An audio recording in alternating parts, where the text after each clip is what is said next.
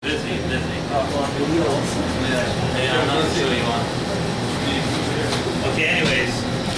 I think Middle of this week's parsha, what happens is, we know that the whole story of Yosef and Shmuel and Yaakov, very, very interesting parsha. So there's just so many things we really talk about. It's this week, Yosef, right? So many things we really talk about. But there was one question that I had when I was a question that you usually wouldn't have. You see that when Paroi had his meeting with Yaakov, so we see that Paroi said to Yaakov, "Kama yemei shnei chayim." How much are the days and years of your life? So actually, it's a little bit strange, the question. Why would you ask about days and years? Well, first of all, it's a little strange that when a king would sit down with somebody, the first thing would say, "Hey, how old are you?" You might have more important things to discuss. And also, once he's asking him, why is he asking him how much are your days and your years? So I looked around. There are a couple different answers to this. The Ramban and the Rashbam both say that it was Pasha. They don't have said. They say, listen, Yaakov came in. He might have been the oldest person that Paroi ever saw. This is a man well over 100. So Paroi said to him, "How old are you? How old are you?" So Yaakov answered back that listen, I might look old to you, but I'm still not as old as my parents were. In other words, maybe he knew that he was not going to live that much longer. He said, "My father Yitzchak and Avraham, my grandfather, they lived longer." Shapiro Shiur, that's a fascinating character for this. It's just like this. We have an impression of Paroi, maybe from 613 Torah Avenue. So we have an impression of Paroi as like a bumbling person, Paroi in pajamas. Paroi was a king. He was a very, very bright person. And when Paroi sat down with Yaakov Avinu, he realized that this may have been the holiest person he had ever seen. And Yaakov Avinu, was somebody he wanted to analyze. He wanted to study him.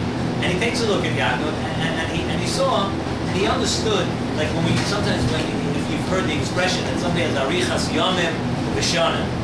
There are people that have, and people talk about that. What does it mean to have length of days and length of years? There are some people who live many, many years.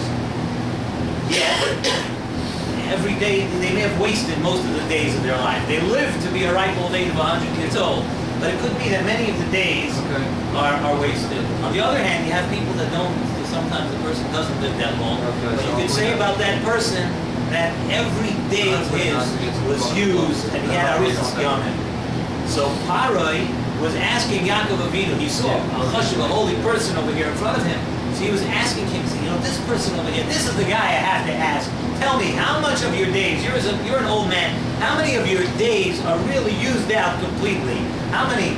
So Yaakov wasn't on up, and that's what Yaakov answered the same way. Yaakov answered back, which Shapiro Shiur says, listen, whatever days that I may have used, and as much as I filled up my days, I still didn't fill it up as much as my father and my grandfather would have filled it up. That's what I wanted to know. He wanted to know, was he? So I was thinking,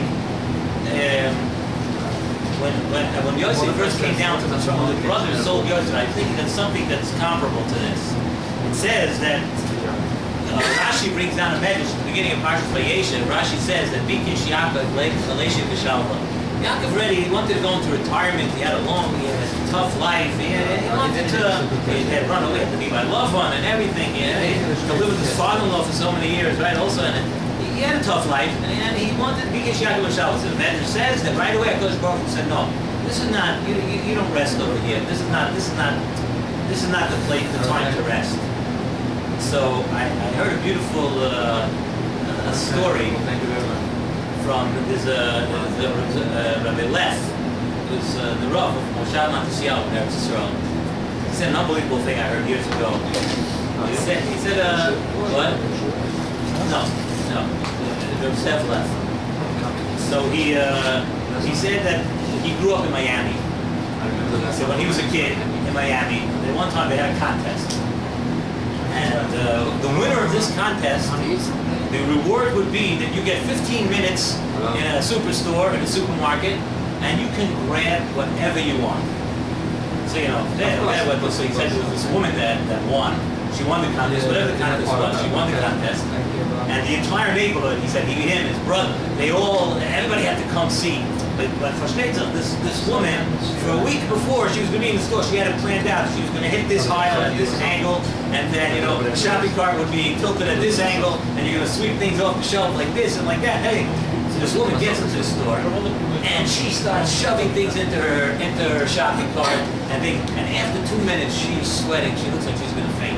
Someone yells at her, why don't you just sit down for 3 minutes, like relax, and then you'll get the stamina again. She looks at the guy, what are you crazy? You just fall off the wall. I have 15 minutes to take a leg out. Now's the time, so I'll sweat, I'll get a heart attack, I'll have all the stuff. I'm gonna be, every single minute is precious. He said that was Pshat. Now then he understood what was Pshat, what HaKadosh Baruch Hu was telling Yaakov Avinu. That's what he was teaching. It could be, I'm trying to connect it to what we see in this week's Parsha. The Yaakov Avinu learned the importance then of every minute and every day. And HaKadosh Baruch Hu showed him, Bikesh Yaakov, Leisha B'Shalom Yaakov, no, it's not the time to rest. It's not the time to stop. Because now's the time to grow in Ruchnius, to move on, to have the 12 Shvatim, to build Klal Yisrael. Now's not the time to rest. It's not the, and that was what Pari was, that's what Pari was asking him. He saw in Yaakov that Yaakov was the type of person that used every minute and used every day, and then he got an appreciation. He got appreciation for that. Just one other small thing. All the Mepharshim talked about when he said Ani Yosef. When Yosef said Ani Yosef, so the brothers weren't able to speak. They weren't able to say anything. The question is, everybody says, what we learned from there is Yosef was the Moshe Adam, and all he said was Ani Yosef, and they couldn't talk. What are we going to say when it comes Lachamei Esrim, and also we're going to come up to the heavenly court and everything's right in front of us. We're not going to have what to say either. So right then, when he said Ani Yosef, 22 years of questions was answered right then. They saw right then that Yosef wasn't like the 17-year-old dreamer. He was not somebody that they told Yosef over there. They said, they said, we're going to throw him in the pit and we'll sell him and we're going to see what's going to be with your dreams. You're just a dreamer. You think you're going to be a king? We're going to make you into a slave right now. It's a beautiful thing from Rav Pam. Rav Pam Zatzal says an unbelievable thought. He says that we sometimes think that we're able to arrange the plans of HaKadosh Baruch Hu. He said, what HaKadosh Baruch Hu shows us is not only is he going to carry out his plan, but he's going to use you who's trying to stop the plan to carry it through. He says, and this is what happened. This is what happened with God. And he goes through, I don't want to go through the whole thing now, but he goes through a whole bunch of things, like different things that people go through in life when they try to choose a hospital or something and it doesn't work out and everything. You have to do, HaKadosh Baruch Hu is leading you on a plan. You have to just follow through and understand that that's what HaKadosh Baruch Hu, not to try to, okay. But anyways, what he says about Yaakov, he says that what happened over here is that Yosef, they threw him in the pit. And going into the pit and selling him for a slave is what actually was Mekayim, the will. That's what actually sent Mekayim the will of HaKadosh Baruch Hu. He says that there's a saying, he says, Ein Chachma, Ein Tvuna, Ein Eitzel, Ein Hashem.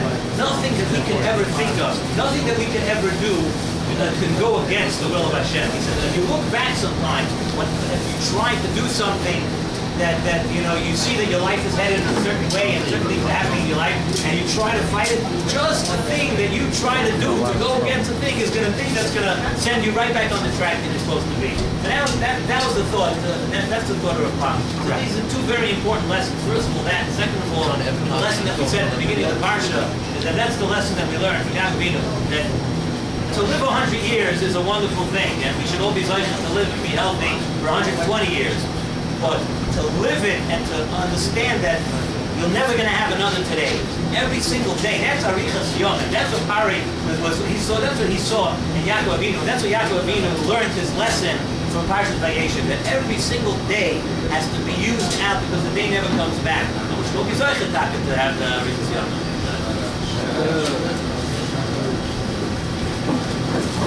Every week likes to be.